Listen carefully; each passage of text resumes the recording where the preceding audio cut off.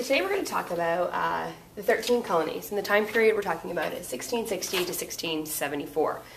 Some of the things I'm going to talk about are the government, debt, the points of view at this time, and taxes. So the first thing we need to keep in mind is that when the British colonized in the 13 colonies, they didn't organize their government like the French did in New France. Great Britain didn't take absolute control over the 13 colonies.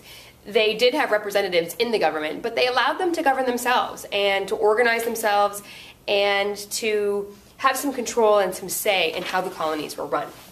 So there were two types of government in the 13 colonies. There was a community government, which was a local government within a colony. So there would be a larger colony, and within that colony, so different communities, and each community represented itself. And their government was in charge of the day-to-day. So if you think about the role of the intendant, it was, the conflicts and the little things that were happening in that isolated community. All free males could vote, no slaves could vote. Some women could vote if they owned property, but most women couldn't. And they were involved in deciding local taxes, how much they would charge for things and what that money would go towards, laws, local laws, and they elected their officials. So people who were part of this community government were elected. People in that community voted for them, and then they represented them in this part of the government. So then we have the colonial government. These were made up of representatives from the community governments. So if you have the colony and the different communities, they would then choose or elect representatives to be a part of the colonial government, which would make decisions for the entire colony. So they would make laws. They had to be in line with British laws. They couldn't go against British laws. There was a governor and a council that were appointed by the British king, and they were there to represent the king. But then their representative assembly was made up of these individuals from the community. So in the 13 colonies, the people really felt that they had a voice and a part in the government, which was very different than it was in New France.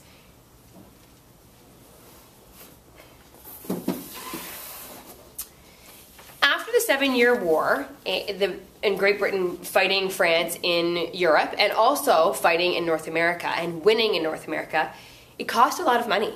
And there was a huge debt to be paid. And the people, everyday citizens, had to pay it. So the government, to make money, increased taxes, which not everyone is happy about. And there was this question of military. They had an army in Great Britain, and they also had one in North America. And the people in the 13 colonies were saying, the war is over. We don't need an army here. You don't need to have that expense here. We don't need to be paying for military. So there was this question of, is the money being spent properly? If you're going to raise our taxes, why do we have to spend it on something that we feel that we don't need? But the British government decided, in order to pay for the debt and in order to pay for the military, that they were going to put certain rules or certain acts in place and increase taxes.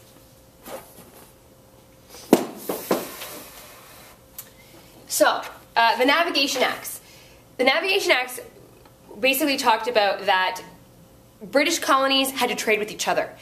And it didn't matter at what expense or at what loss of profit. Great Britain felt that British colonies needed to support the mother country. So even if it was less expensive and you could make more profit to trade with someone else, maybe in North America, they forced them to trade with Great Britain. They also didn't allow the 13 colonies, even though they had developed shipyards and were able to build their own ships, to use their own ships to transport goods, which would have again increased their profits. Great Britain put a lot of restrictions on who they could trade with and how they could make their money. So for a colony that's trying to develop and trying to establish and expand, their hands were really tied, and it was very frustrating for them. The Proclamation Act of 1763. Again, the colony was trying to expand and go into more parts of North America that hadn't been developed yet and were new land. And the British government said that the colonists who had moved into the Appalachian Mountains had to move back to the 13 colonies. They felt that there was a threat that there could be a war with the First Nations in the Appalachian Valley, and war was expensive, and they still had this huge debt, and they didn't want to go into any more, so they wanted to avoid the possibility of a war. So they forced the colonists to return to the 13 colonies. of course, those people have to start again. They've moved to this area, they've started to establish a community, they've started to build homes and create a way of life, and now they're being forced by their government to move back and start over. And lastly, taxation without representation.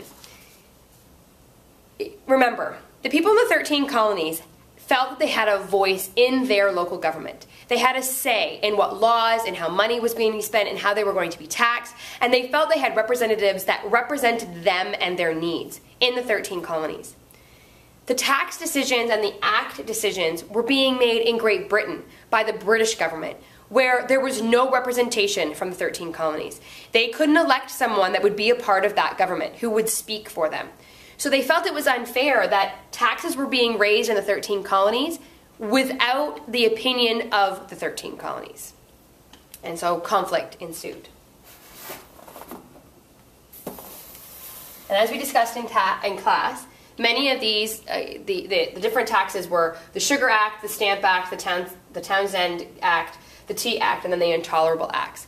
And we learned in class that as these taxes were imposed, some of them were then repealed because of the protests and the resistance from the 13 colonies, because they felt it was unfair that these taxes were put in place without the representation. These taxes were put on things that were a basic necessity, and they were being forced to purchase these things from Great Britain because of the Navigation Act, and it felt just very unfair, which led to the American Revolution.